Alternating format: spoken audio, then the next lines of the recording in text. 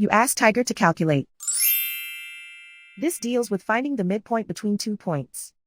The midpoint between the 2 points is -30, -22. Let's solve it step by step. Plot the 2 points and calculate the midpoint using the formula.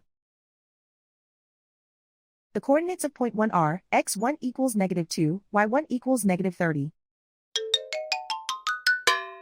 The coordinates of point 2 are x2 equals -58, y2 equals -14. PM represents the midpoint of the 2 points.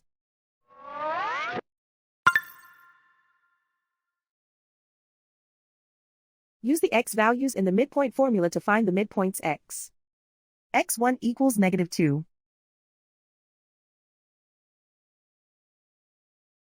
x2 equals -58. Simplify the arithmetic.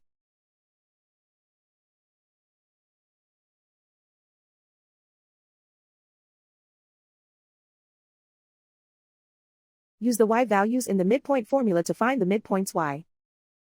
y1 equals -30.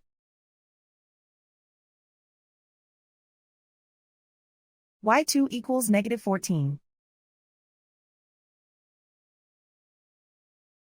Simplify the arithmetic.